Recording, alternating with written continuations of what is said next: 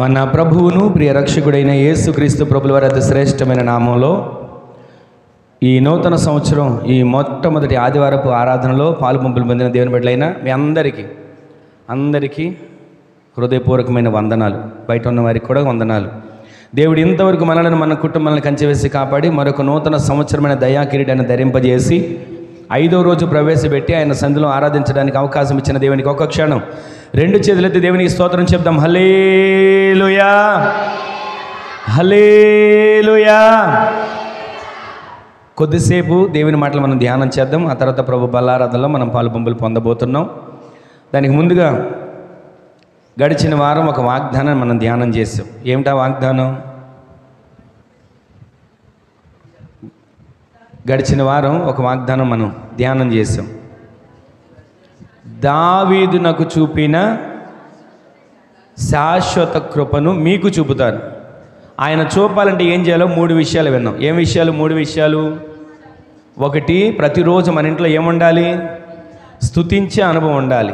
రెండవది, ప్రతిరోజు ప్రార్థన అంటే నిర్లక్ష్యం కాక ప్రార్థన అంటే ఆసక్తి కలిగి ఉండాలి. మూడవది, ప్రతిరోజు నూతన సంవత్సరం రాగానే ప్రారంభించే పనులు ఏదైనా ఉందంటే నేను ప్రతిరోజు స్తుతిస్తాను, ప్రతిరోజు ప్రార్థిస్తాను, ప్రతిరోజు వాక్యాన్ని చదువుతాను అనుకుంటాం. కానీ అనుకుని ప్రారంభించిన పనిని తొదముట్టించలేం.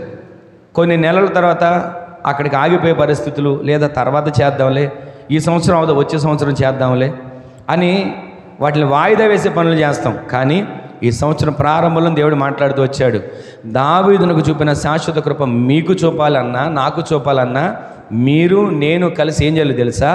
ప్రతిరోజు ఆయనను స్తుతించే వారిగా మార్చబడుదుము గాక. మీకు చెప్పి నేను స్తుతించలేదనుకో ఇక చెప్పినా వ్యర్థమే. నేను ఆ పని చేయాలి, చేసే పని మీకు చెప్పాలి. అదేవిధంగా స్తుతించాలి ప్రతిరోజు, సమయమందును అసమయమందును.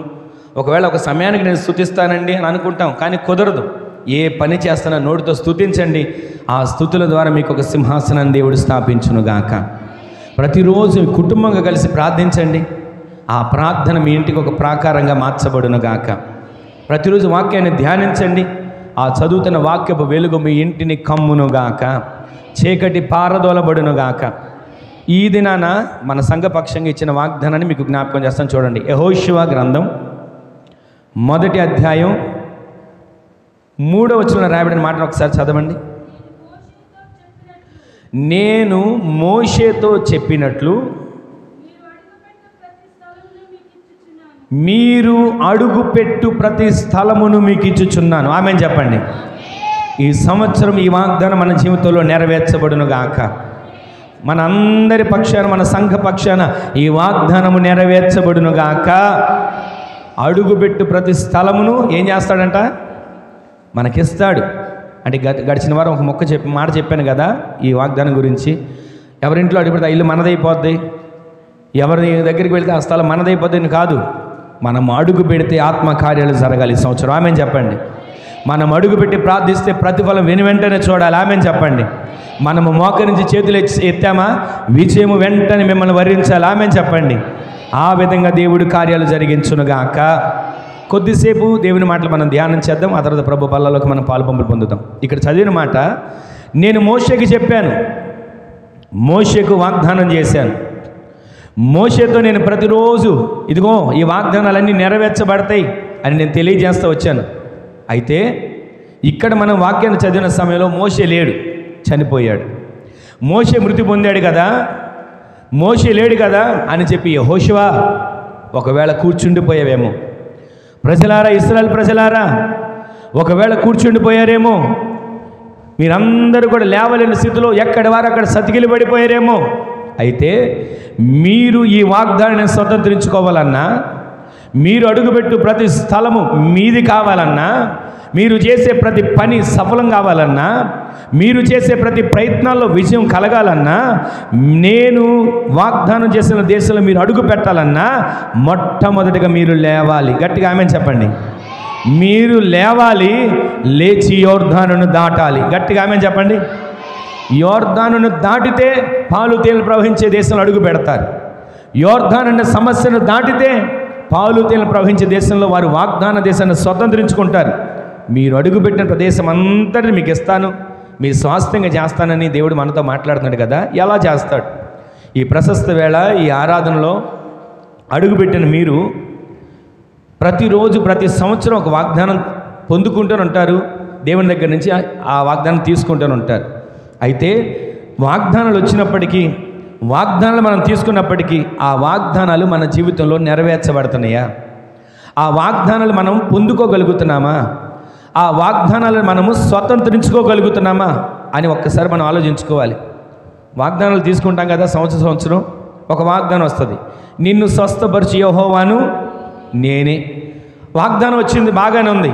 కానీ దేహమంతా రోగాల పుట్ట, దేహమంతా ఎక్కడ ఆరోగ్యం కలగట్ల. మరి వాగ్దానం వచ్చిందిగా, ఎందుకని అస్వస్థత? వాగ్దానం వచ్చిందిగా, ఎందుకని ఆరోగ్యం లేదు? ప్రతి వాగ్దానం మనం చూస్తాం. నేను తలగా ఉంచుతాను కానీ పైవాడిగా ఉంచుతాను కానీ నిన్ను కిందవాడిగా ఉంచను, తోకగా ఉంచను. నిన్ను అప్పు ఇచ్చేవాడిగా చేస్తాను కానీ తీసుకునేవాడిగా చేయను. కానీ వాగ్దానాలు బాగానే ఉన్నాయి. ప్రతిరోజు అప్పులు, ప్రతిరోజు సమస్యలు, ప్రతిరోజు ఏదో ఒక ఆటంకాలు. వాగ్దానం బాగానే ఉంది, వాగ్దానం అనుకూలంగానే కనబడుతుంది, వాగ్దానం సంతోషంగానే అనిపిస్తుంది, కానీ నెరవేర్చబడట్లా. కానీ ఆ వాగ్దానం పొందుకోవడానికి మనకి మార్గం కనబడట్లా.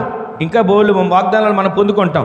నీ లోగిట నీ భార్య ఫలించు ద్రాక్షవల్లి అన్న వాగ్దానం చూస్తాం. కానీ ఇంట్లో ఆ భార్య చూస్తే ముళ్ళ తుప్పలాగా ఉండొచ్చు. ఇంట్లో ఆ భార్య చూస్తే ఎప్పుడు వేధింపులు, అరుపులు, కేకలు, చికాకులుగా ఉండొచ్చు. మరి వాగ్దానం బాగానే ఉంది కదా, ఇంట్లోకి వెళ్ళి చూస్తే ఎందుకు అలా ఉంటుంది? వాగ్దానం అనుకూలంగానే కనబడుతుంది, ఎందుకని ఆటంకాలు? ఇంకా మాటలు ఉన్నాయి కదా. నీ పిల్లలు నీ దేవుని బల్ల చుట్టూ ఎలా ఉంటారు? ఒలీవ మొక్కలుగా ఉంటారు.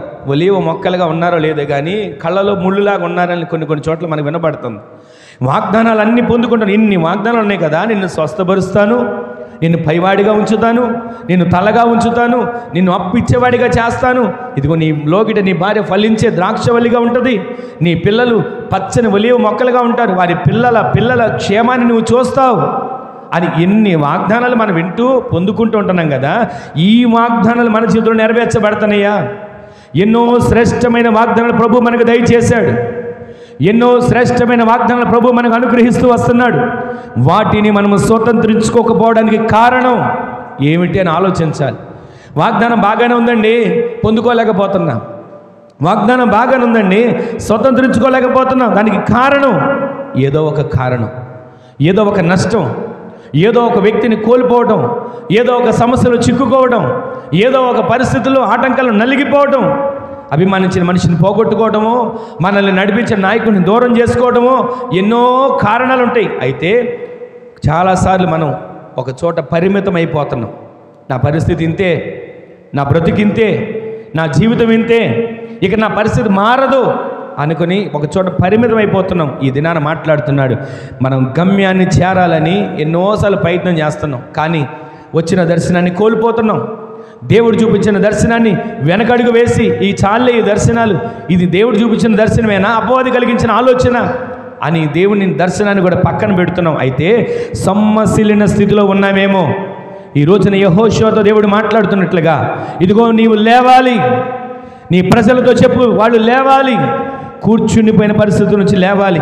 ఒకవేళ నా స్థితి ఎంత, నా బలం ఎంత, నా పరిస్థితులు ఎంత అని చెప్పి ఆ అనాలోచనమైన మాటల్లో ఒకవేళ స్థితిలో ఉన్నావేమో.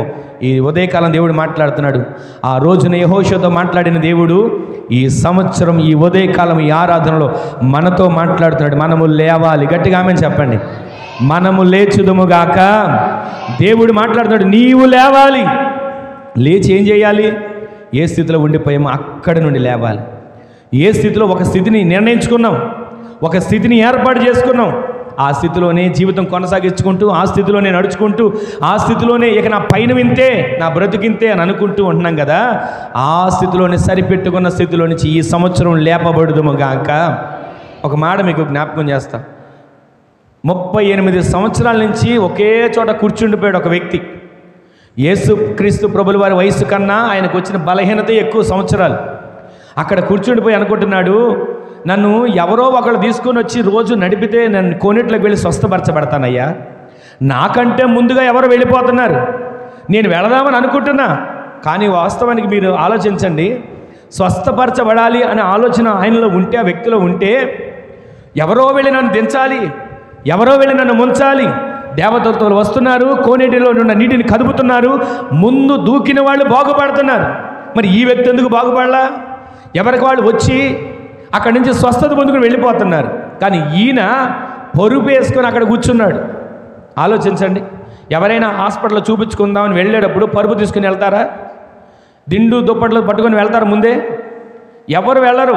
కానీ ఈయన అక్కడ వచ్చినటువంటి ఆ బలహీనతకు, అక్కడ వచ్చినటువంటి రోగానికి, నేను ఇక్కడే నాకు హాయిగా ఉంది, ఎవరో ఒకళ్ళకి ముద్ద పెడుతున్నారు, ఎవరో ఒకళ్ళు కాసి నీళ్ళు ఇస్తున్నారు, ఏదైనా అవసరం బయటికి తీసుకెళ్తున్నారు అనుకుంటున్నాడు. కానీ రోజుకు కొంచెం జరిగితే ఆ కోనేటి దగ్గరికి వెళ్ళేవాడేగా, మండపంలో కూర్చుని పోయాడు. కదలకోకుండా ఇక నాకు ఇదే సుఖంగా ఉంది అన్నట్లుగా కూర్చుని పోయాడు. ఈ ఉదయకాలం దేవుడు మాట్లాడుతున్నాడు. ఈ సంవత్సరం ఈ మొట్టమొదటి ఆరాధనలో మనము ఏ స్థితిలో కూర్చుండిపోయాం, ఏ స్థితిలో ఆత్మీయతలో ఎదగలేక అక్కడే కూర్చుండిపోయి చాలండి భక్తి, చాలండి ప్రార్థన, చాలండి పరిచర్య, ఇక చాలండి ఇక కుటుంబ ప్రార్థన అనుకుని ఎక్కడ గడితే అక్కడ సతికిలి పడిపోయామో, ఈ సంవత్సరం దేవుడు మాట్లాడుతున్నాడు, ఇక మీరు లేవాలి. ఆమెను చెప్పండి. ఏ స్థితిలో కూర్చుండిపోయామో ఆత్మీయ జీవితంలో ఎదగకుండా, ఆ స్థితిలో దేవుడు ఈ సంవత్సరం లేపునుగాక, లేచేవారిగా మనకు బలమునిచ్చునుగాక. యేసుక్రీస్తు ప్రభులు వారు వచ్చారు.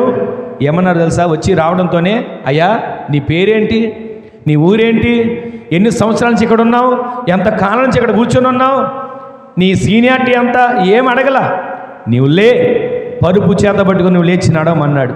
ఒకే ఒక్క మాట అండి, ఆయన నోటి మాట విడుదల కాగానే అప్పటి వరకు ఎవరో వచ్చి లేపితే లెగిసే వ్యక్తి వెంటనే లేచాడు, పరుపును చుట్టుకున్నాడు, భుజాన పెట్టుకున్నాడు, నడుస్తూ వెళ్తున్నాడు. ఈరోజు నీ మాటలు వింటున్న మన జీవితంలో ఎక్కడ కూర్చుండిపోయాం?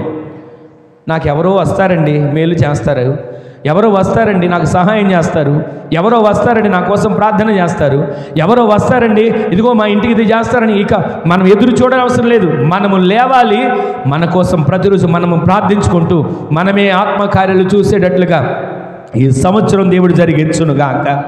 నేను ఎప్పుడు చెప్తాను ఉన్నటువంటి మాట ఏంటంటే, మన ఆత్మీయ జీవితంలో నిరాశ అనేది ఉండకూడదు. బ్రతుకును చూస్తే నిరాశగా ఉంటుంది, బ్రతుకును చూస్తే నిట్టూర్పులుగా ఉంటాయి, బ్రతుకును చూస్తే రేపు అనే ఆశ లేకుండా ఉంటుంది. కానీ మన ఆత్మీయ జీవితంలో నిరాశ అనేది ఉండకూడదు.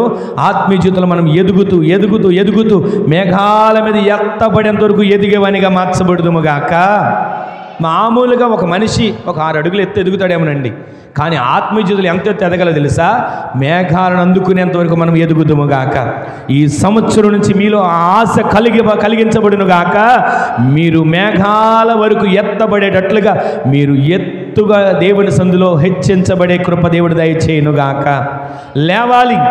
ఎంతవరకు ఏ చిక్కుల్లో చిక్కుకున్నామో దానిలోంచి లేవాలి, ఏ బంధకాల్లో బంధించబడ్డామో దానిలోంచి లేవాలి, ఏ ఆచారాల్లో నలిగిపోతున్నామో దానిలోంచి లేవాలి, ఏ రకమైనటువంటి మనసులో ఒకదాన్ని స్థిరపరచుకుని దానిలో ఉన్నామో దానిలోంచి మనం లేవగలిగితే ఆయన ఈ దినం ఈ సంవత్సరం మనకి ఇచ్చిన ప్రతి వాగ్దానాలన్నిటినీ ఆయన నెరవేర్చునుగాక.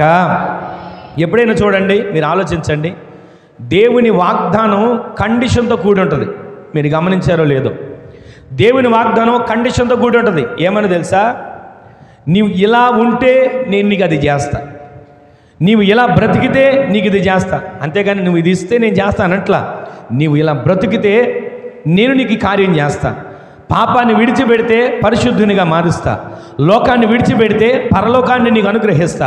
ఈ లోక మాలిన్యం అంటకుండా నీవు బ్రతికితే దేవదూతల వలె మహిమ శరీరాన్ని నీకు కప్పుతా. దేవుడిచ్చే ప్రతి వాగ్దానాలు ప్రతి మాటలు కూడా ప్రతిదీ కండిషన్తో కూడి ఉంటాయి. అది నీవు ఇలా బ్రతికితేనే నీకు ఇది చేస్తాను. అలా కాదండి, నేను ప్రతిరోజు ఫుల్గా తాగుతాను తిరుగుతాను అయినా నాకు పరలోకం కావాలంటే అవ్వదు. దేవుని సందు ప్రతిరోజు పరిశుద్ధులుగా బ్రతకాలి, ఆత్మీయులుగా జీవించాలి, పాపాల నుంచి విడుదల పొంది పరిశుద్ధునిగా మార్చబడి దేవుని పోలికలోకి మనము చేర్చబడితే ఆయన మనల్ని నిత్యత్వంలోకి నడిపించబోతున్నాడు. ఆమెను చెప్పండి. ప్రతి వాగ్దానం అవును ఆమెనని ముద్రించబడ్డాయి. ఆ వాగ్దానాలన్నీ మీరు స్వతంత్రించుకునేటట్లు దేవుడే చేయునుగాక. సోమర్తనంగా ఉండకూడదండి, ఆత్మీయ జీవితంలో సోమర్తనంగా ఉండకూడదు. ఒక మాట మీకు జ్ఞాపకం చేస్తాను.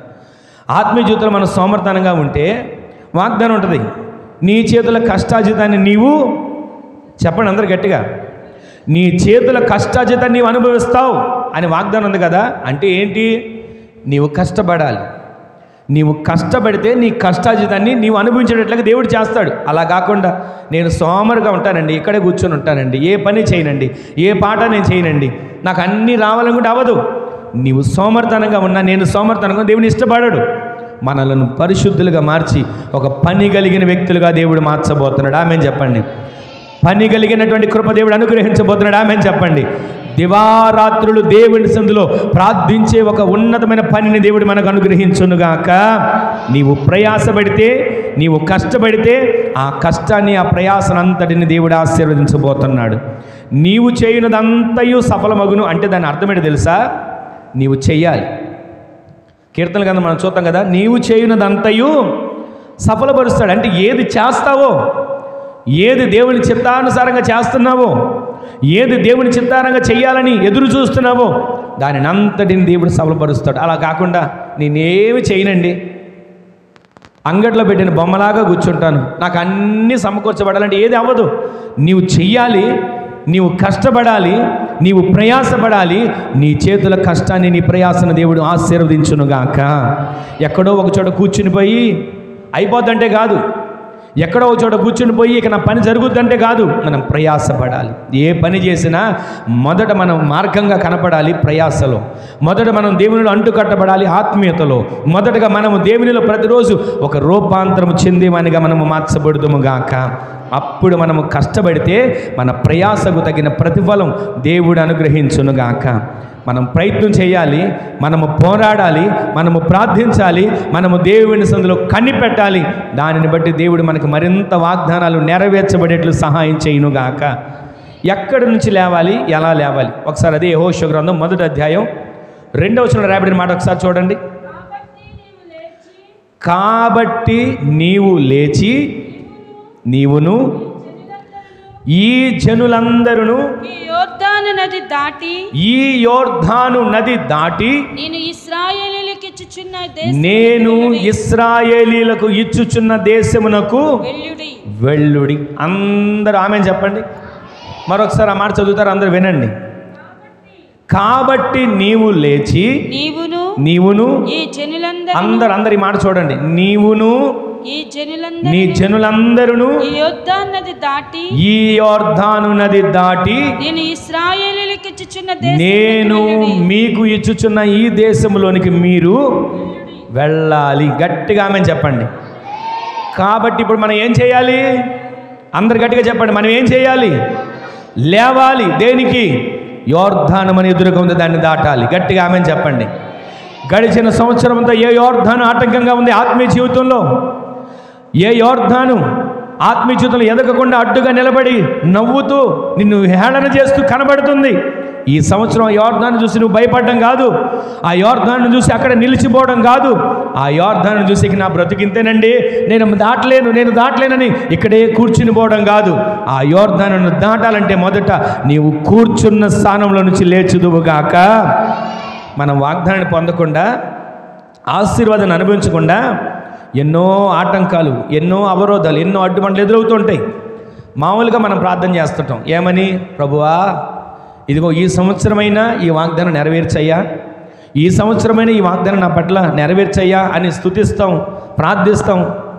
ఎన్నోసార్లు ఈ వాగ్దానం ఎత్తిపడతాం. తండ్రి, ఇదిగో మా ఇశ్రాయేలు ప్రజలు, మా పితరులు వారు స్తుతించగా, వారు ఆరాధించగా ప్రాకారాలు కూలిపోయాయి కదా, ఇదిగో ఈ సంవత్సరమైనా మాకున్న ప్రాకారాలు కూల్చవా, ఈ సంవత్సరాన్ని మనం మాకున్నటువంటి పరిస్థితులను దాటించవా, ఎరికో కోటను దాటేటట్లు సహాయం చేయవా, ఎరికో కోటను జయించేటట్లుగా నాకు ఒక వాగ్దానాన్ని సిద్ధపరచవా అని అడుగుతుంటాం. కానీ యోర్దాను లాంటి ప్రవాహం మన స్వాస్థ్యాన్ని మనం పొందుకోనివ్వకుండా, దేవుడు మనకి ఇచ్చినటువంటి ఆ వాగ్దానాన్ని అనుభవించకుండా ఏ యోర్దాను లాంటి ప్రవాహం ఎంతవరకు అడ్డుగా ఉన్నా ఈ సంవత్సరం ఇక మీదట మన స్వాస్థ్యాన్ని మనం పొందుకునేటట్లుగా యోర్దానును దాటగలిగిన శక్తి దేవుడు అనుగ్రహించునుగాక. యోర్దాను అడ్డుగా ఉందా? భయపడవసరం లేదు. ఆ యోర్దానును దాటగలిగిన శక్తి సంవత్సరం దేవుడు మనకి ఇవ్వబోతున్నాడు. ఆమేన్ చెప్పండి. ఆశీర్వాదం కంటి చూపులో కనబడుతుందండి. ఇశ్రాయేలు ప్రజలకి ఆశీర్వాదం కంటి చూపులో కనబడుతుంది. వాళ్ళు చేరవలసిన స్థానం పాలు తేనెలు ప్రవహించే కనాను ప్రాంతం. కానీ మధ్యలో యోర్దాను అడ్డుగా ఉంది. ఆ యోర్దాను దాటలేని స్థితిలో వాళ్ళు అక్కడ సతికిలి పడిపోయి ఏం దాడతాం, ఏం వెళతాం? ఎలా మేము దీన్ని జయిస్తామని అనుకుని అక్కడే ఉండిపోయారు. అప్పుడు అంటున్నాడు దేవుడు, యెహోషువ ఎందుకలా నీరసించిపోయారు, ఎందుకలా కృంగిపోయారు? లేవండి, లేచి నీవు నీ ప్రజలు యోర్దానును దాటండి, నేను మీకు ఇచ్చుచున్న దేశంలో అడుగు పెట్టండి. ఆమె చెప్పండి. ఈ సంవత్సరం ఏ యోర్దాను మనకు ఆటంకంగా ఉన్నా దానిని జయించగలిగిన కృప దేవుడు అనుగ్రహించునుగాక. చాలామంది అంటుంటారు, అన్న ఇంకొక మార్కు వచ్చి ఉంటే నా జీవితం బాగుపడేది, ఇంకొక మార్కు వచ్చి ఉంటే నేను ముందుకు వెళ్ళేవాడిని, పాస్ అయ్యేవాడిని అంటుంటారు. ఆ ఒక్క మార్కే యోర్దాన్లో గడ్డుందా? ఆ ఒక్క మార్కు యోర్దాన్లాగా ఆటంకంగా ఉందా? కొన్నిసార్లు వాగ్దానం నెరవేర్చబడకుండా, దేవుడిచ్చిన ఆశీర్వాదాలు పొందుకోనివ్వకుండా, ఈరోజు ఇంటర్వ్యూకి వెళ్తాం, ఈరోజు సెలెక్ట్ అవుతాం అనుకుని సిద్ధపడి వెళ్తారా? వెళ్ళేలోపు ఆ ఇంట్లో ఏదో ఒక కబురు ఎక్కడి నుంచి వస్తుంది, ఇదిగో పలానా వాళ్ళు చనిపోయారని. ఆ వార్త వింటారు, ఇంటర్వ్యూకి వెళ్ళడం మానేస్తారు, ఆ ఉద్యోగం రావడం కాస్త ఆగిపోతుంది. తర్వాత అంటారు, ఇదిగో ఆ ఒక్కరోజు మాకు ఆ వార్త వినబడుకోకుండా ఉంటే నేను వెళ్ళేవాడిని, ఉద్యోగంలో సెలెక్ట్ అయ్యేవాడిని, నేను వెళ్ళేవాడిని, ఉద్యోగాన్ని పొందుకునేవాడిని. గమ్యం కనబడుతుంది, ఇంటర్వ్యూ కనబడుతుంది, ఉద్యోగం కనబడుతుంది, మార్కులు కనబడుతున్నాయి. ఒక్క మార్కు దగ్గర ఫెయిల్ అయిపోయిన పరిస్థితులు, ఒక్క మాట వినబడి వేరే ఊరికి వెళ్ళవలసిన పరిస్థితులు, రావలసిన ఉద్యోగం, చేతి దాకా వచ్చిన ఉద్యోగం నోటి దాకా రాకుండా ఆగిపోవడం. ఈ వాగ్దానం దేవుడి జీవితంలో నెరవేర్చబడాలంటే యోర్దాను అనే సమస్యలు, ఈ యోర్దాను అనేటువంటి సమస్యలను దాటగలిగే కృప దేవుడు మనందరికీ దయచేయునుగాక. కొన్నిసార్లు యోర్దాను అనే కారణాలు మనల్ని గమ్యాన్ని చేరకుండా చేస్తాయి, గమ్యాన్ని చేరనివ్వు, ఆటంకపరుస్తాయి. ఎక్కడికైనా దేవుని సన్నిధికి వెళదాం, దేవుని సన్నిధిని ఆరాధిస్తాం అనుకుంటామా, యోర్దాను లాంటి ఆటంకాలు అప్పుడే ఎదురవుతాయి. యోర్దాను లాంటి సమస్యలు, యోర్దాను లాంటి మాటలు, యోర్దాను లాంటి ఫోనులు అప్పుడే వచ్చి ఆటంకపరుస్తాయి. అయితే దేవుడు ఈరోజు యెహోషువతో అంటున్నాడు, యోర్దానును నేను దాటించడం కాదు, మీరు యోర్దానును దాటాలి. గట్టిగా ఆమె చెప్పండి. యోర్దానును నేను దాటించడం కాదు, మీరే, అందరు చెప్పండి, మీరే యోర్దానును దాటే వీరులుగా మార్చబడుదురుగాక. రెండో వచనం మరొకసారి చదవండి, రెండో వచనాన్ని. లేచి నీవును ఈ జనులందరూ ఈ యోర్దాను నది దాటి, విన్నారా, నేను దాటిస్తాను అని అన్నాడా? మీరు దాటండి అంటున్నాడా? చెప్పండి. ఈ రోజున మనమే సమస్యల్ని దాటగలిగేటట్లు దేవుడు మనల్ని ప్రోత్సహించబోతున్నాడు. ఆమెను చెప్పండి. ఎంతవరకు సమస్యని నా వల్ల కాదు, నేను దాటలేను, ఈ బలహీనతని నేను దాటలేను, ఈ సమస్యని నేను దాటలేను, ఈ కరువుని నేను దాటలేను, ఈ కష్టాలను నేను దాటలేను, ఈ కన్యలను నేను దాటలేను, ఇదిగో ఈ పరిస్థితులు నేను దాటలేను అనుకుని అక్కడే ఉండిపోయారా? ఈ సంవత్సరం దేవుడు మాట్లాడుతున్నాడు, నీవు లేవాలి, నీవు ఈ జనులు కలిసి యోర్దానుని మీరు దాటండి, నేను మిమ్మల్ని అక్కడ అడుగు పెట్టించబోతున్నా. గట్టిగా ఆమెను చెప్పండి. ఇప్పుడు ఈ మాట చదువుతున్న మన జీవితంలో నా దేవుడు నా చెయ్యి పట్టుకుని సంవత్సరం నడిపించబోతున్నాడు అనే ధైర్యం కలగాలండి. ఇంతవరకు మనం సమస్యలు చూసి అక్కడ ఆగిపోయాం, ఇక ఆగే పని లేదు, సాగేవానిగా మార్చబడుదుముగాక, సాగేవానిగా దేవుడు మనం నిలబెట్టునుగాక. ఎక్కడ ఆగిపోయాం, ఎక్కడ కృంగిపోయాం, ఎక్కడ నిరాశ పడిపోయాం, ఎక్కడ సతికిలి పడిపోయాం, ఆ పరిస్థితుల నుంచి దేవుడు మనల్ని దాటించబోతున్నాడు. గట్టిగా ఆమె చెప్పండి. ఈ సంవత్సరం ఆయన నిన్ను దాటించబోతున్నాడు. నేను దాటిస్తానట్లా, నీవు దాటు, నేను నీ చేయి పట్టుకుని నడిపిస్తా. ఆయన మనం నడిపించేటట్లుగా మనం నడిపించబడుదుము గాక. అలా మనం దాటగలిగితే నీవు అడుగుపెట్టు ప్రతి స్థలమును నేను నీకిచ్చుచున్నాను. ఒకసారి ఇలాగ ఇశ్రాయేలు ప్రజలందరూ వెళ్తూ ఉండగా యోర్దాను ఆపబడిందంట. సముద్రమా ఎందుకు వెనక్కి వెళ్ళావు, యోర్దాను ఎందుకని అలా నిలిచిపోయావు అలా మాట్లాడదు. ఒకసారి కీర్తనల గ్రంథంలో ఒకసారి చూడండి, తెలిసిన వాళ్ళు ఉంటే. కీర్తనల గ్రంథంలో ఒక మాట్లాడతా మాట, సముద్రమా ఎందుకు ఆగిపోయావు, యోర్దాను ఎందుకు వెనక మళ్ళించబడ్డావు అని ఒక మాట ఉంటుంది. ఒకసారి ఎవరైనా చూడండి, ఒకసారి 114వ కీర్తన 3వ వచనం నుంచి చదవండి. సముద్రము దానిని చూచి పారిపోయెను, యోర్దాను నది వెనుకకు మళ్ళెను, కొండలును పొట్టేళ్ల వలెను, గుంటలు గొర్రె పిల్లల వలెను గంతులు వేసెను. సముద్రమా నీవు పారిపోవుటకు నీకేం, వినండి, సముద్రమా నీవు పారిపోవుటకు నీకు ఏం తటస్థించినది, యోర్దాను వెనుకకు మళ్ళుటకు నీకేమి, నీవు వెనుకకు మళ్ళుటకు నీకు ఏమి తటస్థించినది. కొండలారా, వినండి మాట, సముద్రం వెనక్కి మళ్ళీందంటండి, యోర్దాను వెనక్కి మళ్ళింది. సముద్రమా, అక్కడ రాయబడి మాట చూడండి ఒకసారి మరలా, సముద్రమా. అసలు సముద్రం ఎక్కడైనా పారిపోద్దండి మనుషులను చూసి? దానిలోకి వెళ్ళిన మనుషుల్ని ఎలా లాక్కోవాలా అని చూస్తుంది. కానీ అక్కడ రాయబడిన మాట ఏంటి తెలుసా? సముద్రమా, ఎందుకు వెనక పారిపోయావు? యోర్దాను, ఎందుకు వెనకకి మళ్ళించబడ్డాక నీకు ఏం తటస్థించింది? ఏమైంది నీకు? మతేమన్నా పోయిందా? చెలించిందా? అన్నట్లుగా మాట్లాడుతున్నాడు. ఈ రోజున దేవుడు యోర్దాను ఏమైంది, వెనుకకి వెళ్ళిపోయావు అని మన కన్నుల ముందు పెట్టింది దేనికో తెలుసా? మన ముందు ఏ యోర్దాను నిలబడదు. గట్టిగా ఆమెను చెప్పండి. దేవుని సందులో ఆరాధించిన మీ ముందు, మనందరి ముందు ఏ యోర్దాను సమస్యకి మీదట నిలబడకుండా వెనకకి మళ్ళునుగాక, వెనకకి పారిపోవునుగాక. శత్రువు ఇప్పటివరకు నీ ఎదురుగా వచ్చి రంకిలేశాడా? శత్రువు ఇప్పటివరకు నీ ఎదురుగా వచ్చి సవాల్ చేశాడా? శత్రువు ఇప్పటి వరకు నీ ఎదురుగా వచ్చి పోరాడతాకి రమ్మంటున్నాడా? ఏం కంగారు పడకండి.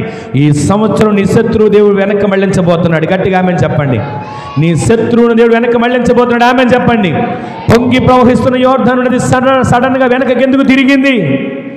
పొంగి ప్రవహిస్తుందండి యోర్దాను, సడన్గా వెనక్కి ఎందుకు మళ్ళాల్సి వచ్చింది? నీళ్ళకున్న గుణం ఏంటో తెలుసా?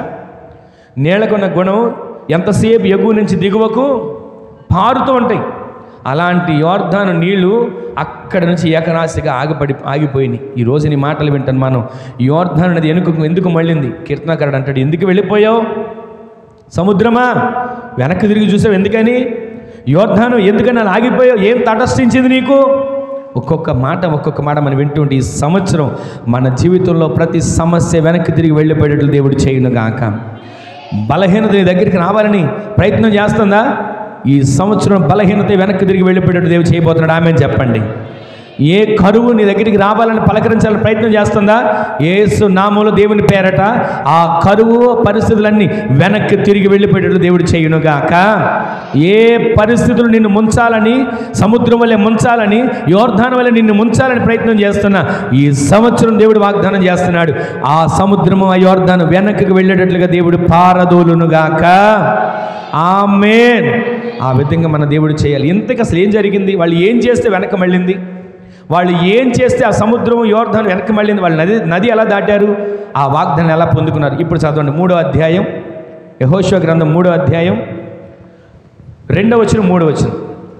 వాళ్ళు ఏం చేస్తే తరువాత నాయకుల పాలెంలో తిరుగుచు జనులకు ఇలాగ ఆజ్ఞాపించిరి, మీరు మీ దేవుడైన యెహోవా నిబంధన మందసం యాజకులైన లేవీలు మోసుకొని పోవుట చూచినప్పుడు. వినండి, జాగ్రత్తగా వినండి. మీరు మీ దేవుడైన యెహోవా నిబంధన మందసమును యాజకులైన లేవీయులు మోసుకొని పోవుట మీరు చూచినప్పుడు మీరున్న స్థలములో నుంచి బయలుదేరి దాని వెంబడి వెళ్ళాలి. గట్టిగా ఆమెను చెప్పండి. ఇప్పుడు అందరు తలల పైకెత్తి చూడండి. కొద్దిసేపు ఒక 10 నిమిషాలు మీకు ఈ మాటలు క్లుప్తంగా నేను చెప్పి నేను ముగిస్తాను. ఇక్కడ మనం గమనిస్తే, ఇక్కడ మనం చదివిన మాటలో వారు ఏం చేస్తే యోర్దాను వెనకకి మళ్ళింది, వారు ఏం చేస్తే సముద్రం వెనకకి మళ్ళింది, వారు ఏం చేస్తే దాటగలిగారు, వారు ఏం చేస్తే పాలు తేనెలు ప్రవహించే దేశంలో అడుగు పెట్టగలిగారు, వారు ఏం చేశారు, ఎవరి వెంబడి వెళ్ళాలి అన్నది అక్కడ మనం చదువుతున్నాం. దేవుని మందసం వెంబడ మనం వెళ్ళాలి. గట్టిగా ఆమెను చెప్పండి. 3వ వచనం మరలా చదవండి. మీరు మీ దేవుడైన యెహోవా నిబంధన మందసమును యాజకులైన లేవీయులు మోసుకొని పోవుట చూచినప్పుడు మీరున్న స్థలములో నుండి దాని వెంబడి వెళ్ళాలి. దాని వెంబడి అంటే ఆ మందసం వెంబడి వెళ్ళాలి. మందసం వెంబడి వెళితే మనకి ఏమవుతుంది? అసలు మందసంలో ఏముంది? మందసం వెంబడి మనం ఎందుకు వెళ్ళాలంటున్నాడు అని మనం గమనిస్తే, ఇక్కడ మనం గమనించిన ప్రతి మాటలో ఎక్కడి వారు అక్కడ ఇశ్రాయేలు ప్రజలు సతికిలు పడిపోయారు, చల్లారిపోయారు, నీరసించిపోయారు. ఎందుకు వచ్చిన ప్రయాణం, ఎందుకు వచ్చిన బాధ, ఎందుకు వచ్చిన కొత్త సంవత్సరం, ఎందుకు వచ్చిన పరిస్థితులు? ఐగుప్తులో వెట్టి చాకరీ చేసినప్పుడే బాగుంది కదా, పోయిన సంవత్సరమే బాగుంది కదా, అంతకుముందు సంవత్సరం బాగుంది కదా, అంతకుముందు సంవత్సరమే బాగుంది కదా, కరువైనా ఎందుకు వచ్చిన సంవత్సరం, ఎందుకు వచ్చిన బాధలని మనం కూడా కొన్నిసార్లు నలిగిపోతుంటాం, నీరసపడిపోతుంటాం. అయితే ఈ సంవత్సరం దేవుడు యెహోషువతో మాట్లాడుతున్నట్టు మనతో మాట్లాడుతున్నాడు. మీరు లేవాలి, లేచి మీరు ఇదిగో యాజకులు నిబంధన మందసాన్ని మోసుకుని వెళ్తున్నారే, ఆ మోసుకొని వెళ్తున్న నిబంధన మందసాన్ని మోసుకొని వెళ్తున్న యాజకులను ఆ మందసాన్ని మీరున్న స్థలములో నుంచి లేచి దాని వెంబడి మీరు వెళ్ళుదురుగాక. ఎక్కడి వారు అక్కడ సతికిలు పడిపోయారండి. అప్పుడు నాయకులందరూ పాళెములోకి వచ్చి ప్రకటిస్తున్నారు. అప్పుడు నాయకులందరూ పాళెములోకి వచ్చి వాళ్ళని చూసి ప్రకటిస్తున్నారు, యాజకుల మందసాన్ని మోస్తూ మీకు కనబడతారు. యాజకుల మందసాన్ని మోస్తూ ఆ మందసాన్ని మోయడానికి తీసి లేపిన వెంటనే మీరున్న స్థలములోంచి లేవండి, మీరున్న స్థలంలోంచి లేచి ఆ మోస్తున్న యాజకుల మందసాన్ని వెంబడించండి, మీరు యోర్దానును దాటబోతున్నారు. ఆమె చెప్పండి. వెంటనే మీరు లేవాలి. అక్కడ మందసం అనగా దేవుని వాక్యానికి సాదృశ్యంగా, మందసం అనగా పరిశుద్ధ గ్రంథానికి సాదృశ్యంగా కొన్నిసార్లు కొన్ని విధాలుగా మందసాన్ని చెప్పుకుంటూ ఉంటాం. అయితే ఇంతకీ ఈ మందసాన్ని సంఘానికి సాదృశ్యంగా మనం చూద్దాం. ఈ మందసం అనగా సంఘం. ఈ మందసం సంఘాన్ని సాదృశ్యంగా మనం పోలుస్తాం. ఈ సంఘం ప్రభు అయిన యేసుక్రీస్తు ప్రభుల వారి స్వరక్తం ఇచ్చి కొన్న సంఘం. అయితే ఈ సందర్భంలో మందసం దేవుని వాక్యానికి పోల్చబడి మనం చూస్తే ఇంతకీ ఆ మందసంలో ఏమేమి ఉంటాయి చెప్పండి. మందసంలో ఏమేమి ఉంటాయి అంటే మన్నాతో నింపబడిన బంగారు పాత్ర, బంగారు పాత్రలో మన్నా నింపబడి ఉంటుంది. రెండవది అహరోను చిగురించిన కర్ర. మూడోది దేవుడిచ్చిన రాతి పలకల మీద ఉన్న ఆజ్ఞలు. ఈ మూడు మనకి కనబడతాయి. అయితే ఇంతకీ బంగారు పాత్ర ఉన్నటువంటి వస్తువు ఏంటంటే మన్నా. ఈ మన్నా దేనికి సాదృశ్యంగా మనకు కనబడుతుంది? దేవుని వాక్యం, అనుదిన ఆహారం. ప్రతిరోజు మనం ఏ విధంగా ఆహారం వండుకొని మనం జీవిస్తున్నామో మన ఆత్మీయ జీవితం కూడా ప్రతిరోజు వాక్యము చేత పోషించబడాలి. అందుకే అపవాది ఒకసారి యేసుక్రీస్తు ప్రభుల వారు ఉపవాసం ఉన్న పరిస్థితుల్లో ఆయన దగ్గరికి వచ్చి ఆయన ఆకలిగా ఉన్నాడని తెలుసుకొని వచ్చి, ఇదిగో ఆకలిగా ఉన్నట్టుంది, నీకు నీరసంగా ఉన్నావు, ఇదిగో పెదాలు కూడా ఎండిపోయినట్టు ఉన్నాయి, కాలు నడక రావట్లా, నీరసం అయిపోయావు, 40 రోజులు ఉపవాసం ఉన్నావు, కనబడుతున్నాయి కదా రాళ్ళు, వీటిని రాళ్లను ఏం చేసుకుని తినమన్నాడు? రొట్టెలు చేసుకుని తినమంటే ఆయనకు ఆలోచన ఉండదా? రాళ్ళు రొట్టెలుగా చేసుకునే ఆలోచన ఆయనకు తెలియదా? అపవాది కొన్నిసార్లు మన దగ్గరికి వచ్చి కొన్ని ఆలోచనలు తెలియజేస్తాడు. మనం కొన్నిసార్లు వాటిలో పడిపోతూ కూడా ఉంటాం. అయితే ఈ వాక్యాన్ని మనం చేతబట్టుకోవాలి. అనుదిన ఆహారాన్ని మనం చేతబట్టుకొని ఒకే ఒక్క మాట అన్నాడు, సదను మనుష్యుడు రొట్టె వలన కాక దేవుని నోట నుంచి వచ్చే మాట వలన జీవిస్తాడని రాయబడి ఉంది. నీకు తెలీదా? దేవుని నోట నుంచి మాట మనల్ని బ్రతికించేది తెలీదా? కొంచెం సేపు కొన్ని గంటల్లో అరిగిపోయే ఆహారం గురించా నేను ఆశపడి పరుగులు తీయాల్సింది? ఆ ఆహారం తినకపోతే నేను చనిపోతానా? ఒకవేళ ఆహారం తినకపోతే నా శరీరం అలసిపోతుందా? ఒకవేళ ఆహారం లేకపోతే నా బ్రతుకేమైనా అయిపోతుందా అని అనుకుని నువ్వు దిగి వచ్చావు, బాగానే ఉంది. కానీ మనుష్యుడు రొట్టె వలన కాదు, దేవుని నోట నుండి వచ్చే మాట వలన జీవిస్తాడు. వెంటనే మరలా ఇంకొక ప్రయత్నం చేశాడు. ఈరోజు ప్రతి దానికి కూడా దేవుని వాక్యం మన నోట్లో ఉండాలి. ఆమెను చెప్పండి. మనం మాట్లాడే ప్రతి మాట దేవుని మాటగా మార్చబడాలి. ఆమెను చెప్పండి. మీరు మాట్లాడే ప్రతి మాట శత్రువు వెనక్కి మళ్ళేటట్లుగా దేవుడు చేయునుగాక. యోర్దాను వెనక్కి మళ్ళేటట్లుగా, సముద్రం వెనక్కి మళ్ళేటట్లుగా మీ జీవపు మాట మార్చబడునుగాక. మీరు ఏది పలుకుతారో, మీరు ఏది ప్రకటిస్తారో, మీరు ఏది నోటితో ఉచ్చరిస్తారో ఆ మాటలను దేవుడు స్థిరపరచునుగాక. దేవుని వాక్యం మన హృదయంలో ఉండాలి. అందుకే మందసాన్ని వెంబడించండి, యాజకులను వెంబడించండి. వాళ్ళు ఎప్పుడు యాజకులు లేస్తారో, మందసాన్ని ఎప్పుడు భుజాల మీద పెట్టుకుంటారో వారు వెళ్తుండగా మీరు చూచుచున్న వెంటనే లేవండి, లేచి వారిని వెంబడించండి. ఆ మందసాన్ని వెంబడిస్తే మీరు యోర్దాను దాటబోతున్నారు. ఆమెను చెప్పండి. మందసం ఉన్నది వాక్యం గురించి మనం చాలాసార్లు చెప్పుకున్నాం, చాలా ఉన్నాయి. మరొకటే ఉంది మందసంలో, అహరోను చిగురించిన కర్ర. ఈ మాట వింటున్నాం కదా, అహరోను చిగురించిన కర్ర అనగానే మనకు అర్థమయ్యే విధంగా చెప్పాలంటే, ఈ కర్రతోనే మోషే ఎన్ని అద్భుతాలు చేశాడు, అదే కర్రను పట్టుకుని ఎన్ని కార్యాలు చేశాడు. యాకోబు ఒకసారి అంటాడు, అయ్యా ఒక్కడనే ఒంటి చేత్తో ఈ కర్రను పట్టుకుని నేను యోర్దానును దాటా, ఈ కర్రతో నేను నదిని దాటా, ఈ కర్రతో నేను ప్రయాణం చేశా, ఈ కర్రతోనే నా పరుగు తొదముట్టించేటట్లుగా నేను ప్రయాసపడ్డా అని చెప్తూ ఉంటాడు. అయితే ఇక్కడ మనం గమనిస్తే కర్ర చాపగా, మోషే కర్రను చాపగా ఏమైంది? సముద్రం పాయలుగా మార్చబడింది. ఆమె చెప్పండి. మోషే కర్రను చాపాడా, సముద్రం పాయలైపోయింది, ఎర్ర సముద్రం. ఆ కర్రతో ఎన్నో అద్భుతాలు చేశాడు. ఆ కర్ర ద్వారా ఎన్నో ఆశ్చర్యాలు. అంటే చేసింది కర్ర కాదు, కర్ర చాపిన వెంటనే దేవుని బాహు చాపుతున్నాడు, కార్యాలు జరుగుతున్నాయి. మనం చాలాసార్లు ఆ కర్రను చూసి, కర్రను ఆరాధించి, ఇదిగోనండి ఈ కర్రే అద్భుతం చేసింది, ఈ కర్రే ఆశ్చర్యం చేసింది, ఈ కర్రే మమ్మల్ని నిలబెట్టిందని అనుకుంటున్నాం. కానీ చూడాల్సింది కర్రను కాదు, కర్ర పైన చాచిన దేవుని బాహువును చూచుదుముగాక. అదే సమయంలో మనం ఏదైనా హడావుడి చేసామనుకోండి, కర్రతో అద్భుతాలు చేసిన దేవుడే ఆ కర్రతో ఒకటి మనల్ని వేస్తుంటాడు. ఈ మాటలు వింటున్న మనం వాక్యంలో 2 అనుభవాలు ఉంటాయి. వాక్యంలో ప్రతిరోజు మనం ఆలోచించాల్సిన 2 అనుభవాలు. ఒకటి ఏంటి చెప్పనా, మనం ఏడుస్తున్నప్పుడు ఓదారుస్తుంది వాక్యం. ఆమె చెప్పండి. మనం ఏడ్చినప్పుడు, బాధలో ఉన్నప్పుడు, సమస్యలు ఉన్నప్పుడు మనల్ని ఓదార్చేది వాక్యం. అదే రెండోది ఏంటో తెలుసా, మనం ఒకవేళ ఏదైనా ఎక్కువ చేసినా, ఏదైనా దేవునికి వ్యతిరేకంగా ఆలోచించినా, అదే వాక్యం మనల్ని ఒక్కొక్కసారి సరిచేయడానికి నడిపిస్తూ ఉంటుంది. అందుకే కదా దావీదు ప్రతిరోజు మందను మేపుతూ ఆ మందకి ప్రతిరోజు కూడా వాటికి ఏ ఆహారం అవసరమో, వాటికి ఏ నీరు అవసరమో దాన్ని బట్టి వాటిని పోషిస్తూ నడిపిస్తూ వచ్చాడు.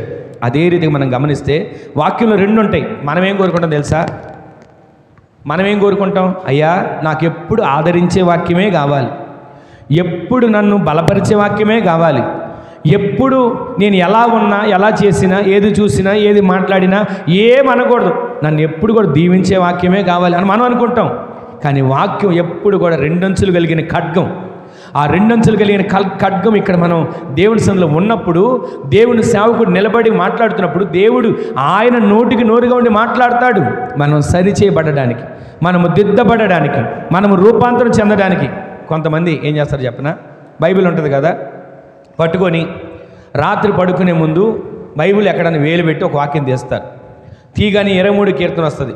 వాస్తవానికి కీర్తన గ్రంథం మధ్యలో ఉంటుంది కదండి. ఆ పట్టుకున్నప్పుడు బైబిల్ వేలు మధ్యలో పెట్టి తీస్తే 23 కీర్తన 91 కీర్తన వస్తుంది. ఎప్పుడు తీసే పేజీలు కాబట్టి చూడగానే అనుకుంటారు, యెహోవా నా కాపరి, నాకు లేమి కలగదు, పచ్చిక గల చోట్ల నన్ను ఆయన పరుణ్ణి చేస్తాడు, శాంతికరమైన జలముల యొద్ద నన్ను నడిపిస్తాడు. అబ్బా ఎంత చక్కటి వాగ్దానం ఇచ్చాడు దేవుడు అని అనుకొని రాత్రి చక్కగా వాగ్దానం చూసుకుంటాం. మరొక రోజు మరలా పడుకునేటప్పుడు మరలా వాగ్దానం చేస్తాం. 91 కీర్తన వస్తుంది. అక్కడే ఉంటుంది, అందరూ తెలిసిన మాట చెప్పండి. మహోన్నతుని చాటున నివసించువాడే నీడను విశ్రమించువాడు. ఆ మాట వినగానే ఆహా, ఈ రాత్రంతా నాకు చక్కటి విశ్రాంతి, చక్కటి నిద్ర పడతా, దేవుడు మంచి వాగ్దానం ఇచ్చాడు అని సంబరపడతాం, ప్రార్థన చేసుకుని పడుకుంటాం.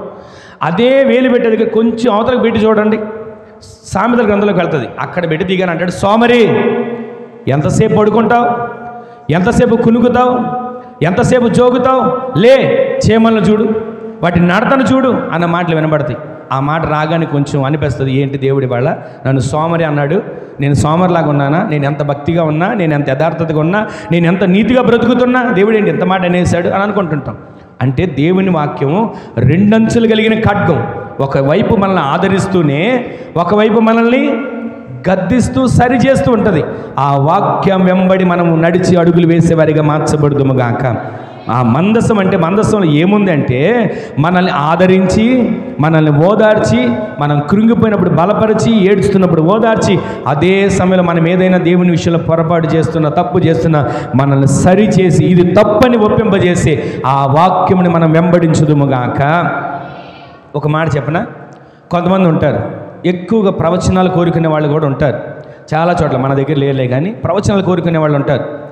అదే ప్రవచనాలు కోరికన దగ్గర అక్కడ నిలబడిన సేవకుడు మాట్లాడుతూ ఆ పేరు ఎవరు లేరు కానీ చెప్తున్నా, కమలా దేవుడు, ఇదిగో నేను నిన్ను ప్రేమిస్తున్నాను అన్న దేవుడు మాట్లాడిన స్వరం వినపడదు అనుకోండి, వెంటనే ఆ కమలమ్మని పట్టుకోలేం. ప్రభువా నన్ను ప్రేమిస్తున్నావా, ప్రభువా నేనంటే నీకు అంత ఇష్టమా ప్రభువా అని చెప్పి అసలు అల్లాడిపోతుంది. కమలమ్మ నీకు పట్టుకోలేరు. అదే దేవుడు అక్కడ నిలబడిన దేవుడు, కమలా ఏంటి నీ భర్తను కొడుతున్నావంట, ఇది నీకు తగదు అని ఒక్క మాట చెప్పాడు అనుకోండి, ఇవాళ అసలు వాక్యం ఏం బాగోలేదండి, ఇవాళ అసలు వాక్యం బాగోల, దేవుడు సరిగ్గా మాట్లాడలేదు నాతో అని ఎంతసేపు ఆదరించే వాక్యమే కోరుకుంటారు కానీ గద్దించే వాక్యాన్ని ఎవరు ఇష్టపడట్లా. ఈ రోజున దేవుని సందు దేవుడు మనతో మాట్లాడుతూ మనం దేనిని వెంబడించాలి, యాజకులు మందసాన్ని తీసుకొని వాటిని మోసుకొని వెళుతున్నప్పుడు ఆ మందసాన్ని మనము వెంబడించదుము గాక. మందసములో అహరోను చిగురించే కర్ర ఉంది. ఆ కర్ర మనల్ని కొన్నిసార్లు సరిచేస్తుంది, మనల్ని నడిపిస్తుంది. దేవుని వాక్యం ఉంది, మన్నా. ఆ మన్నా కలిగిన వాక్యం చేత మనము పోషించబడేటట్లుగా దేవుడు సహాయం చేయను గాక. కొన్నిసార్లు ఆ వాక్యం మనల్ని ఆదరిస్తుంది. మనం కొద్దిగా ఏదైనా వ్యతిరేకంగా లేచామనుకోండి, దేవునికి వ్యతిరేకంగా మనస్సు వచ్చింది అనుకోండి, వెంటనే వాక్యం సరి చేస్తుంది. ఇదిగో నీవు చేసేది పొరపాటు, నీవు ఆలోచించే ఆలోచన పొరపాటు, ఇలా ఉండాలి అని దేవుని వాక్యం మనల్ని హెచ్చరించినప్పుడు ఆ మందసాన్ని వెంబడించే వారిగా మనము మార్చబడుదుము గాక. ఈ రోజున మూడోది ఆ మందసంలో ఏముందంటే దేవుని ఆజ్ఞలు కలిగిన రాతి పలకలు. మందసం బయలుదేరగిన వారందరూ మందసాన్ని వెంబడించాలి అంటే మనము ప్రతిరోజు దేవుని వాక్యాన్ని వెంబడించే వారిగా మార్చబడుతాము గాక. దేవుని వాక్యాలు ఏమున్నాయంటే ఆజ్ఞలు కలిగిన రాతి పలకలు. ఆజ్ఞలు ఏంటి? నేనే నీ దేవుడను, నేను తప్ప వేరొక దేవుడు. ఇవి చిన్నప్పటి నుంచి మనం వింటున్న మాటలే. కానీ ఆ మాటలు, ఆజ్ఞలు ఎన్నోసార్లు మీరుతున్నాం. తెలిసిన మాటలే, అనుకున్న మాటలే, చూసిన మాటలే అనుకుంటున్నాం, కానీ మీరుతున్నాం. ఆయన అంటాడు, ఇదిగో పైన ఆకాశం అందే కానీ, కింద భూమి మీద కానీ, భూమి కింద పాతాళం అందే కానీ ఏ విగ్రహమునైనాను ఏ రూపమునైనా నీవు చేసుకోకూడదు అని ఎన్ని మాటలు చెప్పినా దేవుని పరిశుద్ధ గ్రంథంలో మనం ఏం చేయాలో రాస్తుంది, ఏం చేయకూడదు రాస్తుంది, ఎలా ఉండాలో రాస్తుంది, ఎలా ఉండకూడదో రాస్తుంది, ఎలా బ్రతకాలో రాస్తుంది, ఎలా బ్రతకకూడదో రాస్తుంది. దీనిని బట్టి మనము ఆ పరిశుద్ధ గ్రంథమును మందసమును వెంబడించే వారిగా మనము మార్చబడుదుము గాక. బైబిల్ గ్రంథంలో కొంతమంది పడిపోయిన వ్యక్తుల గురించి రాస్తుంది. శాంసన్ పలానా సమయంలో పడిపోయాడు, పలానా సమయంలో పలానా వ్యక్తి పడిపోయాడని రాస్తుందంటే అలా పడిపోమని కాదు. ఒకవేళ అలా పడిపోతున్న స్థితిలో ఉంటే మరలా నీవు పడిపోయిన స్థితి నుంచి లేవాలి. శాంసన్ దేవుడు మరలా అభిషేకించాడు, మరలా కృప చూపించాడంటే ఆ పడిపోయిన స్థితి నుంచి నీవు లేవగలిగితే దేవుడు నీకు కృపను చూపించబోతున్నాడు. సముద్రాన్ని, యోర్దాను దాటగలిగిన శక్తిని దేవుడు నీకు దయచేయునుగాక. ఈరోజు ఈ మాటలు వింటున్న మనం ప్రతిరోజు కూడా వాక్యానుసారంగా జీవిస్తున్నప్పుడు, వాక్య వెలుగులు నడుస్తున్నప్పుడు మనము అడుగు పెడుతుండగా ఆటోమేటిక్గా యోర్దాను వెనక్కి మళ్ళునుగాక. వాక్యానుసారంగా మీరు బ్రతికి చూడండి, వాక్యానుసారంగా జీవించి చూడండి. మీరు అడుగు పెడుతూ ఉండగానే యోర్దాను మీరు దాటబోతున్నారు. ఆమె చెప్పండి. యోర్దాను ఏకరాశిగా నిలబడబోతుంది. ఆమె చెప్పండి. ఈరోజు నీ మాటలు వింటున్న మన జీవితంలో ఒక చిన్న తీర్మానం చేసుకుని మనం ప్రార్థన చేసుకోవాలి. ఆ మాట ఏంటంటే, కొన్ని మాటలు ఒక్క 5 నిమిషాలు నేను ముగించేస్తాను. దేవుని సన్నిధి అంటే మనం నిర్లక్ష్యంగా ఉంటాం, దానివల్ల యోర్దాను దాటలేకపోతున్నాం. మనం మందిరానికి ఆదివారం వస్తాం కదా, ఈ మాట వినండి ముగిస్తా. మనం ఆదివారం మందిరానికి వస్తాం కదా, మందిరానికి వచ్చినప్పుడు ఇక్కడ నేను ఇవన్నీ వస్తువులు పెట్టున్నాయి అనుకోండి, అప్పుడు ఎవ్వరు రాలా ఇంకా అంటే దాని అర్థం ఏంటి? మీరు మందిరానికి వచ్చినప్పుడు ఎవరు కనబడలేదు, మనుషులు ఎవరు లేరు, ప్రజలు ఎవరు లేరు అంటే అర్థం ఏంటి చెప్పండి? చెప్పండి, ఈ మాట చెప్పండి, నేను ముగించేస్తాను. ఇది చెప్పండి, మీకు బహుమానం కూడా ఇస్తాను. మన పిల్లలకి ఇచ్చాం కదా, అలా బహుమానం ఇస్తాం. మీరు మందిరానికి వచ్చినప్పుడు మేము ఒక్కళ్ళమే ఉన్నాం, ఇటు అమ్మగారు పిల్లలు ఇటు ఇవన్నీ పెట్టున్నాయి అంటే మీరు ఒక్కళ్ళే ఉన్నారంటే దాని అర్థం ఏంటి తెలుసా? ప్రార్థన ప్రారంభించక ముందే మీరు వచ్చారు. ఆమె చెప్పండి. దేవుని మందిరానికి ప్రార్థన ప్రారంభించక ముందు మీరు వచ్చారు. తర్వాత మీరు వచ్చిన తర్వాత ప్రజలందరూ వచ్చారు, ఇవన్నీ ఉన్నాయంటే అప్పుడు మీకు కనబడ్డాయి. అంటే ప్రార్థన ప్రారంభించిన తర్వాత పాటలు పాడుతున్నప్పుడు, సాక్ష్యాలు చెప్తున్నప్పుడు, ప్రార్థన చేస్తున్నప్పుడు, ఆరాధన చేస్తున్నప్పుడు, వాక్యం చెప్తున్నప్పుడు వచ్చారని అర్థం. అయితే ఇక్కడ మీరు గమనించాల్సింది ఏంటి తెలుసా? ప్రతిరోజు ప్రార్థనకి మనం దేవుని సన్నిధిలో ప్రార్థన ప్రారంభించక ముందు ఆయన సన్నిధిలో మనం అడుగు పెడితే ఆయన సన్నిధిలోనంటే 2 చేతులతో దీవెనలు పట్టుకుంటాడు. కుడి చేతిలో ఎడమ చేతిలో దీవెనలతో, సుఖము సంతోషమైన దీవెనలతో, నిత్య సుఖము నిత్య సంతోషం అంటే సుఖ సంతోషాలు. ఏ వ్యక్తి అయినా కోరుకునే సుఖ సంతోషమేగా. ఎవరైనా వివాహం జరిగిన తర్వాత పెద్దల దగ్గరికి వెళ్ళి దీవించమంటే ఏమంటారు? కలకాలం సుఖ సంతోషాలతో జీవించంటారు కదా. ఏ వ్యక్తి కోరుకునేదని అదే. మరి దేవుని సన్నిధిలోకి వచ్చినప్పుడు మనల్ని కోరుకునేది కూడా ఆయన అదే. నిత్య సంతోషం అంటే ఒక వారమా? నిత్య సంతోషం అంటే ఒక నెల. నిత్య సంతోషం నిత్య సుఖం మీ తలలపైన దేవుడు ఉంచునుగాక. అలా ఉంచాలంటే దేవుని సన్నిధికి ఎప్పుడు రావాలి? వాక్యం చెప్పేటప్పుడు, ఆరాధన చేసేటప్పుడు కాదు. మనం దేవుని సన్నిధిలో ప్రార్థన ప్రారంభించక మునిపే వస్తే ఆ సన్నిధిలో ఉన్న దీవెన వారం రోజుల పాటు మన తలల మీద ఉంచబడుతుంది. ఆమె చెప్పండి. అయితే దేవుని సన్నిధి అంటే మనం నిర్లక్ష్యంగా ఉండకూడదు. కొన్ని స్థలాల్లో కొంతమంది అలా ఉండిపోతారు. దావీదు గారితో కొందరు ప్రజలు అంటూ ఉంటుంటే, నేను యెహోవా మందిరమునకు వెళ్ళుదామని జనులు నాతో అన్నప్పుడు నేను సంతోషించానంటాడు. ఈ రోజున ఆదివారం వస్తే మనం సంతోషించాలండి. ఆదివారం వస్తే మనం సంతోషించాలి. ఆదివారం వస్తే మనం సంబరపడాలి. ఇది పునరుద్ధాన దినం, ఇది దేవుని దినం. దేవుని సందులో నేను ఉత్సహించాలి, దేవుని సందులో నేను సంతోషించాలని. ఈ రోజున అలాంటి సంతోషం, అలాంటి సందడి ఉందో లేదో పరీక్షించుకోవాలి. ఈ రోజున అలాంటి సంతోషం మనలో ఉందో లేదో, ఎక్కడ ఉండిపోయాం, ఒక్కసారి మనం ఎక్కడ కూర్చుండిపోయాం ఆలోచించుకొని, ఈ రోజున మనం అలా కూర్చున్న పరిస్థితుల్లో ఉంటే సమస్యలు అలాగే ఉండిపోతున్నాయి. దేవుని సంధికి నిర్లక్ష్యం చేయడం వల్ల మన పరిస్థితులు అలాగే ఉండిపోతున్నాయి. దేవుని సంధిని అశ్రద్ధగా ఉండడం వలన మన సమస్యలు దాటలేక, యోర్ధనుని దాటలేక, మన పరిస్థితిని దాటలేక అక్కడే ఉండిపోతున్నాం. ఈ రోజున యోర్ధను నీవు దాటాలంటే దేవుని సన్నిధిని నిర్లక్ష్యం చేయని వ్యక్తిగా నీవు మార్చబడుదువు గాక. ఇంకొక మాట చెప్తాను వినండి, చాలా ప్రాముఖ్యమైన మాట. ఇంకొంతమంది ఉంటారు, పిల్లలు ఉంటారా, చిన్న చిన్న పిల్లలు. పిల్లల మీద ఎక్కడ లేని ప్రేమ ఎక్కడొస్తుంది? పిల్లల మీద ఇంటి దగ్గర అసలు ఉండదండి అంత ప్రేమ. ఎక్కడొచ్చింది? మందిరంలోనే వస్తుంది. ఇంటి దగ్గర పిల్లలు ఒకవేళ ముక్కు గారుతున్నా పట్టించుకోరు, ఒకవేళ వాళ్ళు ఏదైనా రోతలో కూర్చున్నా పట్టించుకోరు, ఒకవేళ వాళ్ళు ఎలా తిరుగుతున్నా, ఆడు దుమ్ములో తిరుగుతున్నా, మట్టిలో తిరుగుతున్నా, ఆడుకుంటున్నా, ఎలా ఉన్నా అసలు ఏం పట్టించుకోరు. కానీ ఇక్కడ మందిరంలోకి రాగానే దేవుని వాక్యం వినబడుతుంటుందా? దేవుడు మాట్లాడుతుంటాడు. ఆ రోజు దేవుడు ఏదో మాట్లాడదాం అనుకుంటాడు, ఆ రోజు దేవుడు ఏదో దర్శిద్దాం, వీళ్ళతో మాట్లాడదాం అనుకుంటాడు. ఆ సమయంలోనే నిద్ర అయినా ఆవరిస్తుంది, లేదా పిల్లలైనా గోల చేస్తారు. ఇక వాళ్ళ చూస్తూ ముచ్చట్లు పెట్టుకుంటూ, ఇదిగో ఇంటి దగ్గర ఏం కూర ఉండొచ్చే, వాళ్ళ ఇంటికాడ ముక్క ఉండేవా, లేదా చెక్క ఉండేవా అన్నట్టుగా అడిగి, ఇక ఆ మాటలు అసలు వినాల్సింది ఏంటిది? దేవుని సంధికి వచ్చి దేవుని సంధిలో ఆయన మీద దృష్టి నిలిపి, మన మీద దృష్టి నిలిపి ఆయన మాట్లాడుతుండగా ఆ మాట మన హృదయాన్ని తాకాలి కదా, మనము సరిచేయబడాలి కదా. వాక్యము రెండంచులు కలిగిన ఖడ్గము కదా, ఆ ఖడ్గము మనల్ని సరిచేస్తుంది. సరిచేసే వాక్యానికి లోపడుకోకుండా వాక్యాన్ని పెడచని పెట్టి ఒకవేళ మన మందిరానికి వచ్చి వెళ్ళిపోయినా యోర్దాన్ని దాటలేకపోతున్నాం. వాక్యాన్ని వెంబడించకపోతే యోర్దాన్ని దాటలేము. వాక్యాన్ని వెంబడించకపోతే యోర్దాను దాటే శక్తి మనకి కలగదు. ఈ రోజున దేవుడు మాట్లాడుతున్నాడు, మనము దేవుని సన్నిధిలో నిర్లక్ష్యంగా ఉండకూడదు. ప్రతి విషయంలో దేవుని సన్నిధి అంటే శ్రద్ధ కలిగిన వారమై ఆయన సన్నిధిలో కనబడేవానిగా మనల్ని దేవుడు నిలబెట్టునుగాక. మందసమును వెంబడించాలి. యాజకులు మందసాన్ని మోసుకొని వెళ్తుండగానే యెహోషువ అంటున్నాడు జనులతో, లేవండి, కూర్చుని పోయారు చాలుక, ఎక్కడి వరకు అక్కడికి, నా పరిస్థితి ఇంతే, నా బ్రతికింతే, నా జీవితం ఇంతే. మేము అనవసరంగా ఐగుప్తు విడిచి వచ్చాం, అనవసరంగా దేశాన్ని వదులుకొని వచ్చాం అని అనుకుంటున్నారేమో. లేవండి, యోర్దాను దేవుడు దాటించబోతున్నాడు, పాలు తేనెలు ప్రవహించే దేశాలు మిమ్మల్ని అడుగు పెట్టించబోతున్నాడు. గట్టిగా ఆమె చెప్పండి. ఈ రోజున ఈ మాటలు వింటున్న మీరు ఎక్కడ కూర్చుండిపోయారు ఒక్కసారి ఆలోచించండి. ఏ పరిస్థితుల్లో కూర్చుండిపోయారు? ఏ విధంగా దేవుని సన్నిధిలో ఒకవేళ నిర్లక్ష్య వైఖరిగా బ్రతుకుతున్నారు? ఒక్క క్షణం ఆలోచించండి. దానివలన మందిరంలో మనం కనబడుతున్నాం, కానీ యోర్దాను దాటలేకపోతున్నాం. మందిరానికి వచ్చి ప్రార్థించుకుంటున్నాం, కానుక వేస్తున్నాం, కానీ యోర్దాను దాటలేకపోతున్నాం. ఒక్క క్షణం యోర్దానును దాటగలిగిన శక్తి మీరు అడుగుపెట్టు ప్రతి స్థలమును దేవుడు మీకు ఇచ్చేటట్లుగా దేవుడు కార్యాలు జరిగించునుగాక.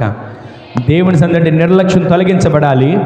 దేవుని సంధిలో ప్రతిరోజు కూడా మందసాన్ని, యాజకులను, ఆ వాక్యాన్ని, ఆ చిగురించిన కర్రను, ఆ ఆజ్ఞలు కలిగిన రాతి పలకలను వెంబడించే వ్యక్తులుగా మనము మార్చబడుదుముగాక. ఈరోజైనా ఈ మాటలు విన్న తర్వాతైనా ఒక్క క్షణం సరి చేసుకొని దేవుని సంధిలో నిర్లక్ష్యంగా ఉండకుండా శ్రద్ధగా బ్రతికేటట్లుగా దేవుడు సహాయం చేయునుగాక. ఆ విధంగా కార్యాలు చేయాలయ్యా. నేను యోర్దాను దాటాలి, నేను పాలు తేనెలు ప్రవహించే దేశంలో అడుగు పెట్టాలి, నేను అడుగుపెట్టు ప్రతి స్థలం నాకు అప్పగించబడాలి. ఆమె చెప్పండి. లేచి నిలబడండి, ప్రార్థన చేసుకుందాం. అందరూ లేచి నిలబడండి, ఒక క్షణం ప్రార్థన చేసుకుందాం. ఎవరికి వారమే ఒక్క క్షణం ఎవరికి వారు లేచి నిలబడక ప్రార్థన చేసుకోండి. మీరు అడుగుపెట్టు ప్రతి స్థలము నేను మీకు ఇచ్చుచున్నాను.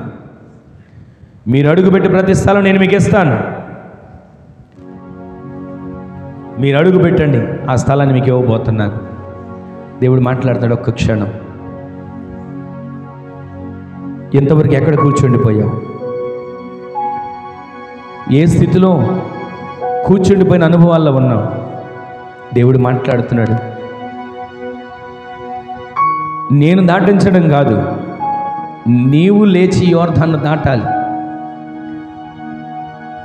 నీవు లేచి యోర్దానును దాటాలి. నీవే ఈ సమస్యను దాటాలి. నీవే ఈ అననుకూల పరిస్థితులను దాటాలి. నీవు దాటగలిగితే అడుగు పెడతావు.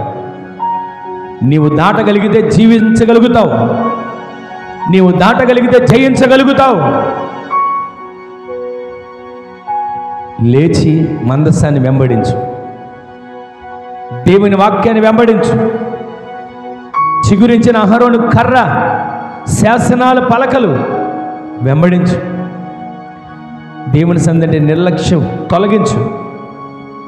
దేవుని సందులో కనబడడానికి ఇష్టపడు. ఇంతవరకు ఎక్కడ ఏ సమస్యను చూసి కృంగిపోతున్నావు? ఈ నూతన సంవత్సరం దేవుడు మాట్లాడుతున్నాడు, నిన్ను దాటించాలని, నిన్ను దాటించాలని, నిన్ను దాటించాలని. షబారబలరబా తురబలరబా తిరి. అయ్యా నేను దాటలేకపోతున్నాను, నాకు శక్తినివ్వా. ఈ యోర్దాను నేను దాటలేకపోతున్నాను, నాకు జయాన్ని కలుగు చేయగలిగిన బలాన్ని ఇవ్వయ్యా. ఈ సమస్యలను చూసి ఇక్కడే సతమతమైపోతున్నానయ్యా. ఎదురవుతున్న పరిస్థితులను చూసి నేను తల్లడిల్లిపోతున్నానయ్యా.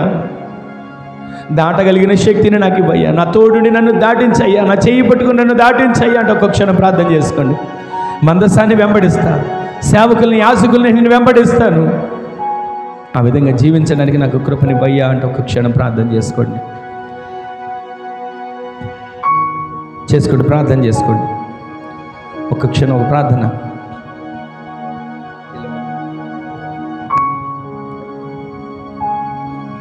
ఒక క్షణం ప్రార్థన చేసుకోండి. మీ కొరకు ఒక ప్రార్థన చేయబడుతుంది. ఎవరికి వారు ప్రార్థన చేసుకోండి. నేను ఈ సంవత్సరం యోర్దానును దాటాలి. నేను ఈ సంవత్సరం యోర్దానును దాటాలి. అడుగుపెట్టు ప్రతి స్థలాన్ని నేను స్వాధీనం చేసుకోవాలి.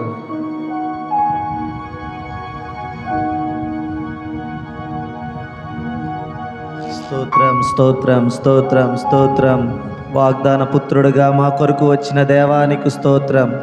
అయా మాకు వాగ్దాన భూమిని ఇస్తానని సెలవిచ్చిన దేవానికి స్తోత్రం. అయా తండ్రి మాకు నూతన సంవత్సరంలో వాగ్దానములు అందించిన దేవానికి స్తోత్రం చెల్లించుకొనుచున్నాం. జ్ఞాపకం చేసుకోనండి రాజా. అయా తండ్రి నీవిచ్చిన వాగ్దానములను మేము స్వతంత్రించుకోవడానికి తండ్రి ఏ విధంగా మేము ఉండాలి, ఏ విధంగా ప్రభువా నడుచుకోవాలని ప్రభువా మీరు మాతో సూటిగా స్పష్టముగా అయా తండ్రి మాట్లాడిన దేవానికి వందనములు, స్తుతులు, స్తోత్రములు తండ్రి. నాయన అలనాడు తండ్రి మోషే మరణించిన దినముల్లో యెహోషువను మీరు నిలవబెట్టుకుని నాయన తండ్రి అయా నిరుత్సాహముతో అయా యోర్దాను అనే నదిని ప్రభువా చూచి భయపడుతూ ఉన్న ప్రజలను మీరు ప్రభువా పురుకొల్పిన ఆయన ఉత్తేజపరిచిన దేవానికి స్తోత్రములు. అయా తండ్రి నేడు కూడా ప్రభువా తండ్రి అయా నిరుత్సాహంతో ప్రభువా అయా ప్రభువా భయముతోనూ అయా ప్రభువా మామూలు నడిపించి నాయకుడు లేడు అన్న అయా ప్రభువా ఆందోళనతోనూ ప్రభువా మేము వెనకాడుచు వాగ్దాన భూమిని స్వతంత్రించుకోలేని స్థితిలో ఉన్న మమ్మల్ని జ్ఞాపకం చేసుకునండి. అయా తండ్రి ప్రభువా యెహోషువ వలె తండ్రి అయా తండ్రి మీరు మాకు తండ్రి నాయన మంచిగా ఆత్మీయ నాయకుల్ని మీరు ఎన్నుకున్నారు తండ్రి. నిలబెట్టుకుని తండ్రి మాతో మాట్లాడుచు అయా నిబ్బరము కలిగి ధైర్యముగా ఉండి కుడికి కానీ ఎడమకు కానీ తొట్టిల్లక తండ్రి మమ్మల్ని నడిపించడానికి తండ్రి మాకు నాయకుడిని అనుగ్రహించిన దేవానికి స్తోత్రములు. ఆత్మీయంగా ప్రభువా మేము వెనకడుగు వేయకుండా నిరుత్సాహపడకుండా తండ్రి అయా మేము మా వాగ్దాన భూమిని వాగ్దానములు నెరవేర్చుకోవడానికి స్వతంత్రించుకోవడానికి తండ్రి అయా తండ్రి మేము నిరుత్సాహము అయా ప్రభువా నిర్లక్ష్యము తండ్రి ప్రభువా సోమరితనము మొదలగు ప్రభువా యోర్దాను నది వంటి అట్టి భయంకరమైన లక్షణములతో మేము ఉన్నాము తండ్రి. దయతో ప్రభువా మా అల్ప విశ్వాసమును తీసివేయండి. అయా ప్రభువా తండ్రి నీ మందసమును మోయి బిడ్డలుగా అయా నీ మందసమును వెంట మేము నడుచు బిడ్డలుగా తండ్రి మా ఆత్మీయ నాయకులు చెప్పు ప్రతి ఒక్క మాటను ప్రభువా తండ్రి ప్రభువా వెంబడించే బిడ్డలుగా మమ్మల్ని లేవనెత్తండి, పురుకొల్పండి నాయన. సహాయం దయచేయమని ప్రార్థన చేయించున్నాం తండ్రి. ప్రభువా ఎందరైతే ప్రభువా వారు గత సంవత్సర కాలముల్లో పొందలేని వాగ్దాన భూమిని వాగ్దానములను స్వతంత్రించుకోలేక నిరుత్సాహంతో ఉన్నారో అయా నేడు నూతన సంవత్సరంలో మొదటి ఆదివారమున తండ్రి నాయన అయా నీ రొట్టె ద్రాక్షారసం పుచ్చుకుని నాయన నీ శరీరమును నీ రక్తమును అయా తండ్రి భుజించి త్రాగి తండ్రి అయా ప్రభా నూతన బలముతో నూతన అయా పక్షిరాజు వలె ప్రభా మేము ఉన్నతమైన స్థలములలోనికి ఎగరగల స్థితిలోనికి అయా ప్రభా మమ్మల్ని అందరినీ నూతన పరచమని వేడుకొనుచున్నాను తండ్రి. నీకు వందనములు, స్తుతులు, స్తోత్రములు.